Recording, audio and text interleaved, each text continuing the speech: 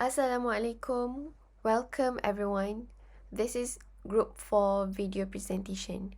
My name is Amni. I'm going to start this video presentation with the introduction of economic system.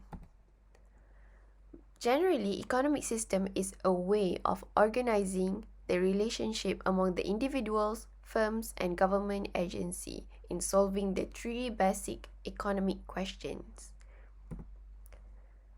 which is what to produce, how to produce, for whom to produce. Each country practices different types of economic system. There are 4 types of economic system, consists of capitalism, socialism, mixed economy, and Islamic economy. Capitalism economy is involved with the individuals. Individuals play the main role in making the economic decisions. Meanwhile, socialism, the government who took part in making the economic decisions based on the public interest. And then mixed economy. Mixed economy, as the name itself, the mix or the combination of individuals and government work together in making the economic decisions. Or in other words, two sectors, private sectors and public sectors work together in making the economic decisions. Last but not least, the Islamic economy, which this economy, they made economic decisions based on the principles of Sharia. Alright, that's all for introduction. We will move on to the next part.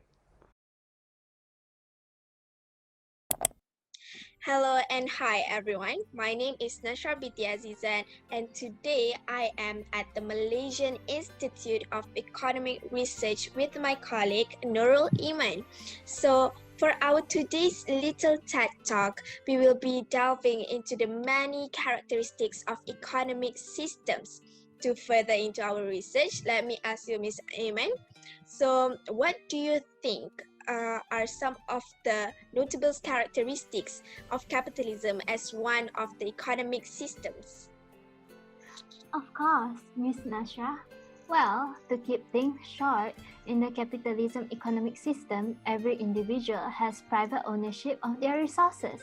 Each individual in the country has a right to acquire and utilize their own private ownership of resources, whether they are private individuals or institutions. Besides that, a characteristic of capitalism is limited government intervention, as the role of government is to stabilize the economic conditions of the country. Next, in capitalism, individuals have freedom of enterprise and choice. Any resources can be freely owned by any individual, as well as being able to establish any enterprise of their choosing. That's all for capitalism. However, I'm sure you would know more about the characteristics for socialism and mixed economy. How about it, Ms. Nashra? Well, in socialism, it is quite distinctive and unique to its own. First of all, socialism practices public ownership where all of productions and distribution are controlled, owned, and regulated by the general public, either through the states or through cooperatives.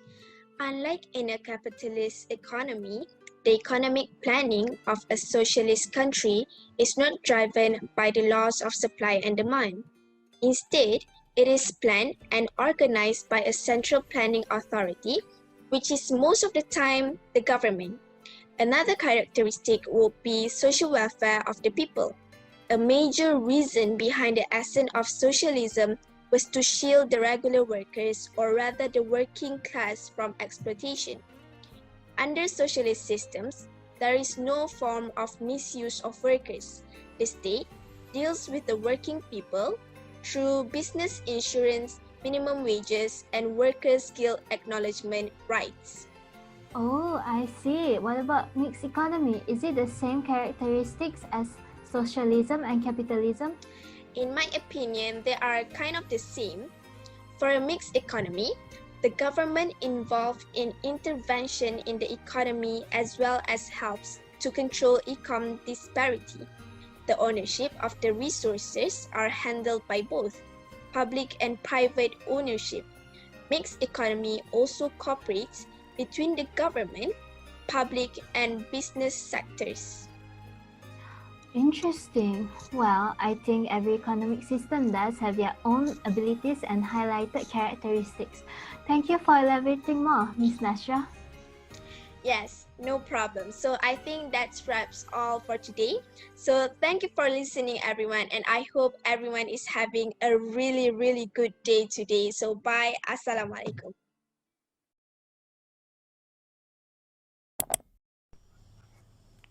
Hello there, my name is Aaron. I am of class U01, group number 4. I'm going to give an outlook on the merits and demerits on both capitalism and socialism economic system. Of course, there are pros and cons. That includes both capitalism and socialism economic system. There are several benefits of practicing capitalism economic system. First, capitalism produces goods and services according to the needs of the consumers, so it maximizes the needs and satisfaction of the consumer. The capitalism system is flexible in any circumstances, such as during the war. The economy will reroute its resources to produce more military equipment, and when the war ends, the economy will function as a free market again. However, there are downsides of capitalism, such as the inequality of distribution of wealth and income. In other words, in the aspect of system of private property, the capitalism system widens the gap between the rich and the poor, since there are no government intervention in the market economy. As a result, the wealthy people have more opportunities to get richer, and the poor people are getting poorer. Merits socialism, on the other hand, is a better allocation of resources. Under the socialist system, the planning authority will allocate resources between current consumption and future investment. Socialism also has no serious unemployment or inflation. The unemployment rate are usually taken care by the government to ensure economic stability in the country. The double-edged sword on socialism is the absence of competition and the waste of economic resources. Absence in competition can be seen since there are limited private enterprises, less research and development activities are carried out. This results in low quality products since there is no competition at all. Additionally, waste of economic resources is when the government may be induced to produce goods and services that are not required by the people, such as military equipment. This will lead to an overproduction of certain goods and underproduction of other stuff. Thank you.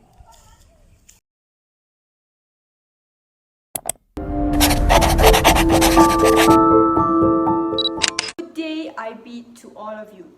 My name is Numardana. In this episode, we talk about basic economic problems in a mixed economy. In the previous episode, we already talked about the merits and demerits of socialism and capitalism economically. So in this episode, we're going to talk about problems. In mixed economic, both public and private sectors plays an important role. Public sectors are socialism and the private sectors are capitalism economies. The first problem, what to produce and in what quantity to produce. As you know, the private sector, the main objective is to be under profit the private sectors. So this profit is earned for those goods and services who demand is more, hence the profit is more. This means in the private sectors produce those goods and services which are demanded more by the consumers and in that quantity are desired by the consumer. However, for the public sectors, look out for the available resources in the country first and requirements of the citizens in the country. What about the second problem, how to produce? How to produce is what method of production has to be adopted for the productions of goods and services. The private sectors need to minimize costs with high efficiency. Meanwhile, public sectors have to address their objectives of social welfare and national welfare, which they want to provide employment to the people. So it will go to labor-intensive methods. Lastly, for whom to produce? In this problem, they need to deal with distribution problems. So under the private sectors, it looks out to provide goods and services to people who are ready to pay more as a way for them to distribute the services. However, public sectors will make the distribution equally to make sure people's basic requirements are fulfilled. This ensures that who receives the products is determined by the buying powers of the customers. However, in the case of public goods, the government will decide who receives them. In Malaysia, for example, the government is constructing schools or health centers in order to offer such services to the local community. I think that's all for today's episode. Please leave your questions and we will be answered in the next episode. Thank you.